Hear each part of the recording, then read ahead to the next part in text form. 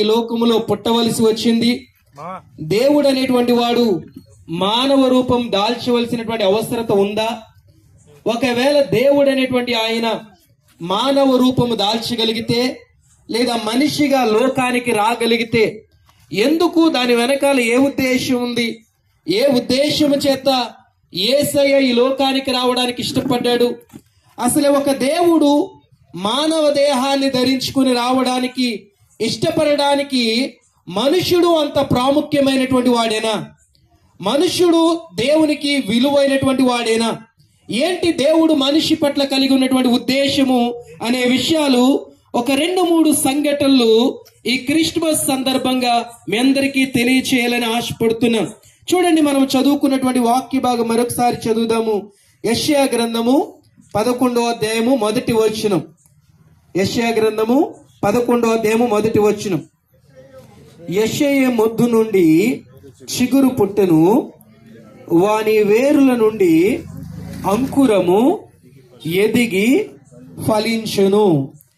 Last year కాశం Nagar area రోడ్లో ఇదే విధంగా క్రిస్మస్ ఆరాధన జరిగినప్పుడు పరంజ్యోతి గారి వారి యొక్క ఇంటి దగ్గరలో జరిగితే ఇదే వచనంలో నుంచి వేరే వేరే సంఘటనలు జ్ఞాపకం చేసిన గుర్తు నాకు ఉంది.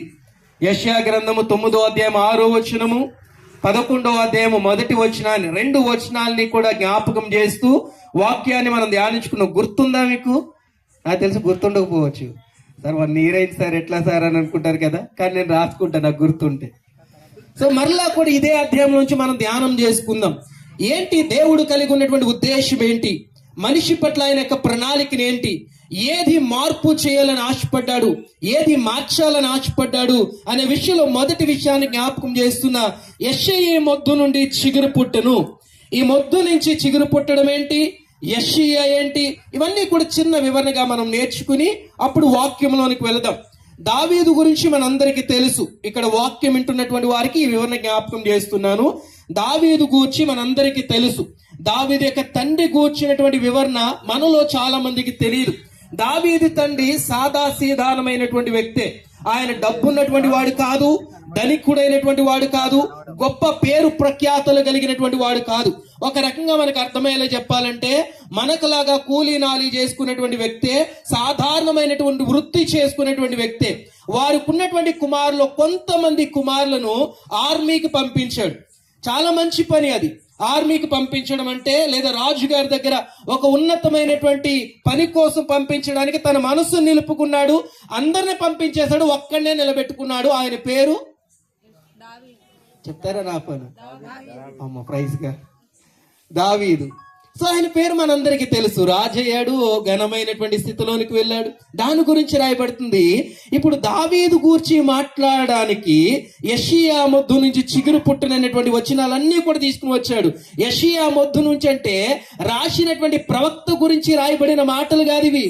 యెషయా గ్రంథంలో ఉంది కాబట్టి, యెషయా గురించి రాయబడింది కాబట్టి మేబీ ఈ యెషయా ఒక్కడేనేమో అనుకుంటాం, కానీ కాదు.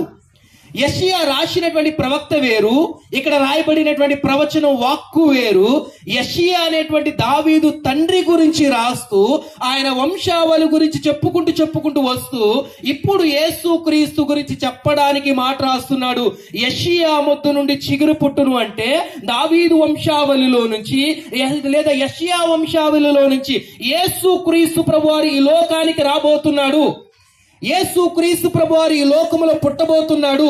యేసు క్రీస్తు ప్రభువారు ప్రజల కోసమే రాబోతున్నాడని చెప్పడానికి ఎండిపోయినటువంటి, ఆరిపోయినటువంటి, నరికి వేయబడినటువంటి మొద్దులో నుంచి, అంటే వంశావళి లేనటువంటి వానిగా, చేతరించబడినటువంటి వానిగా, అతి తక్కువ బలము కలిగినటువంటి యెషయా కుటుంబంలో నుంచి యేసు క్రీస్తు ప్రభువారు రావడానికి ఇష్టపడుతున్నాడని చెప్పడానికి రాయబడిన మాటలే యెషయా మొద్దు నుంచి చిగురు పుట్టిన. ఇందులో మొదటిది జ్ఞాపకం చేస్తున్నా.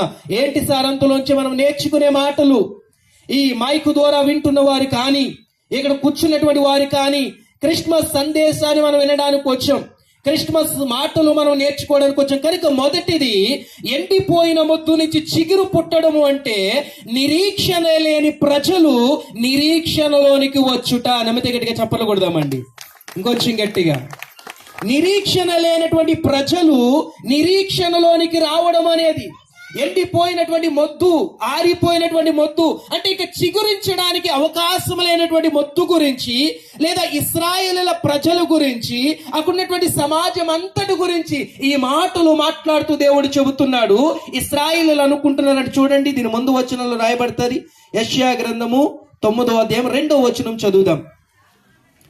9వ అధ్యాయం 2వ వచనము. చీకటిలో నడుచు జనులు గొప్ప వెలుగును చూచుచున్నారు,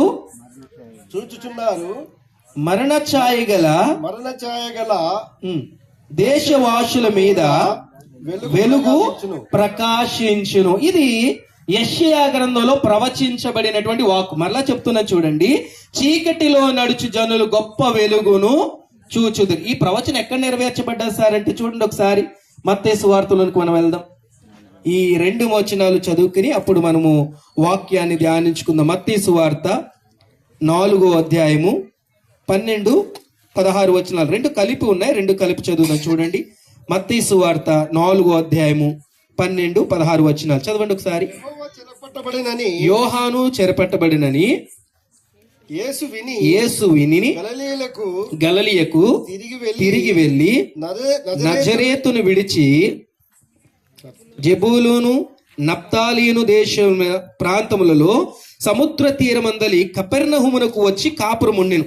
కింద వచనాలు, జెబూదాను దేశమును నప్తాలి దేశమును యోర్దాను అవతలున్న సముద్ర తీర అన్యజనులు నివసించు గలిలయయు. ఇప్పుడు ఈ మాట చదువుదాం చూడండి.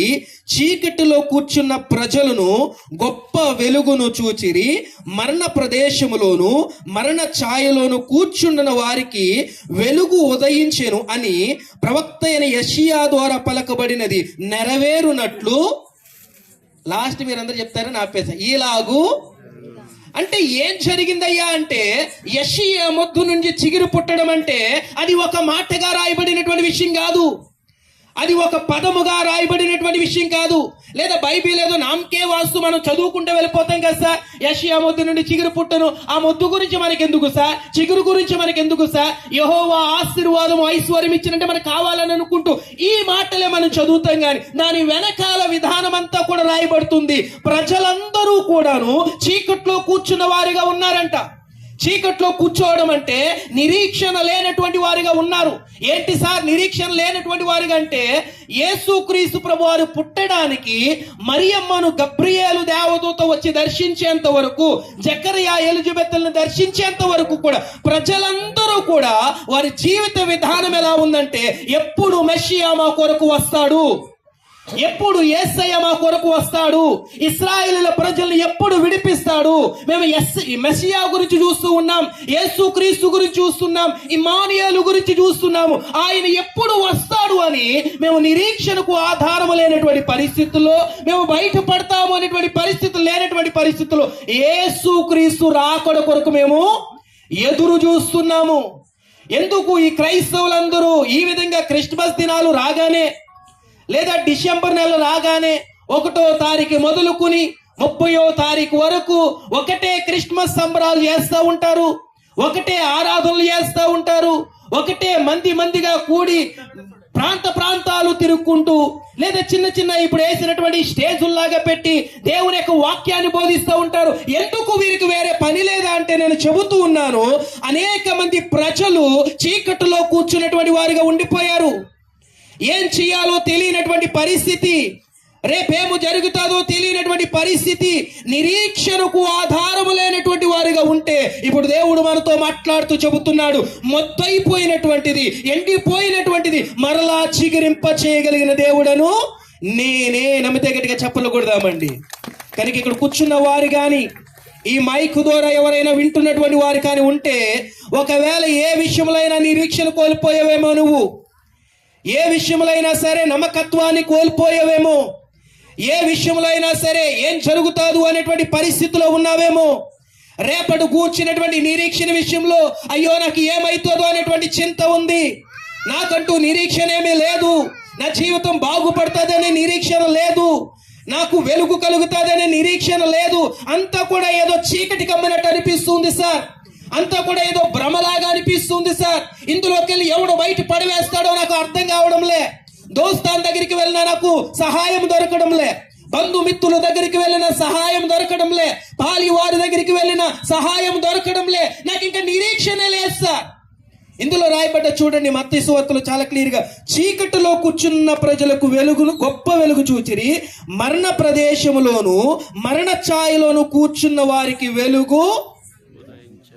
నిరీక్షణ లేకపోతే ఇదే పరిస్థితి. నిరీక్షణ లేకపోతే మన స్థితిగతులు వేరైపోతే. అందుకనే ఈరోజు శుభవార్తను మీకు చెబుతూ ఉన్నాము. ఈరోజు మంచి విషయాన్ని మీకు తెలియజేస్తున్నాము. యేసయ్య ఈ లోకానికి ఎందుకు వచ్చాడంటే నిరీక్షణ లేనటువంటి ప్రజలను తన చేత్తో పట్టుకుని, ఫర్ ఎగ్జాంపుల్ కి మీకు అర్థం అవడానికి ప్రసాద్